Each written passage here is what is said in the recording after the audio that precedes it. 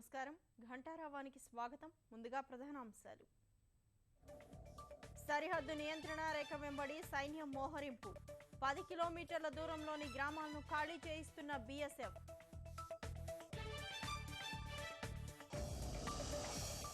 నియంత్రణ రేఖ వద్ద తీవ్రవాద స్థావరాలపై సైన్యం దాడులు ఉగ్రమూకలు సహా మద్దతుదారులు హతమైనట్లు వెల్లడి 4 గంటలకు అఖిలపక్ష భేటీ సరిహద్దుల్లో తీసుకుంటున్న చర్యలపై చర్చ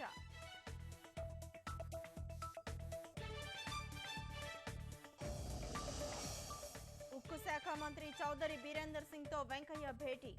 కడప బయ్యారంలో స్టీల్ ప్లాంట్ల ఏర్పాటుపై సమాలోచనలు బహిరంగ మల విసర్జన రహిత నగరంగా విజయవాడ ధ్రువపత్రాన్ని అందజేసిన కేంద్ర ప్రభుత్వ ప్రతినిధులు